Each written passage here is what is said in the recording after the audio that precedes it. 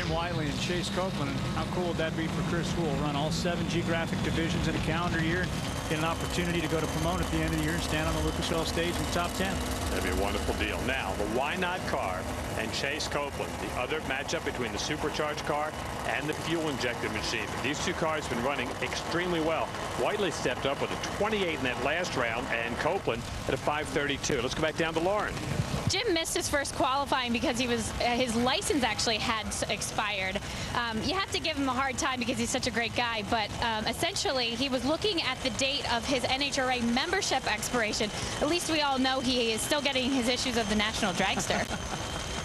Well, fortunately, got that problem taken care of. Chase Copeland's got no problems because he's got Spencer Massey helping out with that team. We talked about it earlier. That's the connection there with Gene Snow, and you just can't take Spencer Massey away from a race car. You cannot. He loves watching these cars run. He had won this race in the alcohol dragster class before. Copeland's going to have to be really on his game. That Jim Whiteley team, as I mentioned earlier, they very rarely make a mistake, although they run such high RPMs off the line. A lot of times that tire shake can be a problem.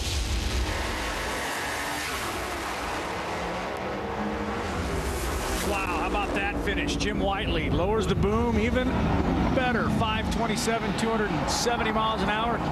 Spencer knows that Mr. Copeland gave him a great run, but that one was stellar. 27 beats a 28. And not many times in this class will somebody run 528 at 274 like Chase Copeland just did at 226 at the 8th mile mark. But that supercharged car, they get it out there on the racetrack. Norm Grimes, as good as they get in this class, as a tune-up. So the final round, it's going to be what you like to see if you're a fan of this class. A supercharged car, that's Jim Whiteley, picking his lane over the fuel-injected car. Mark Taliaferro, two of the great crew chiefs, Tom Conway, Norm Grimes, going to slug it out for the money here at Brainerd. Let's go back down to Lauren.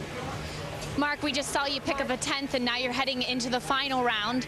Tom Conway's been helping you out this weekend. How instrumental has he been? He's very instrumental. He builds our motors and helps us tune it up, and all the rest of the guys are doing a great job this weekend, my brother, and we're getting better. You're going to have to for Whiteley. Thanks.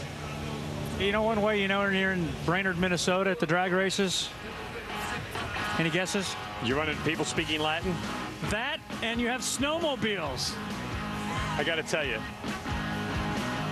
those guys are wacky. Every time I look at that, I think of every James Bond movie with the piano wire out there, the guys running on these things. That's not a good way to end your day at Brainerd or anywhere for that matter. All the finals coming up next.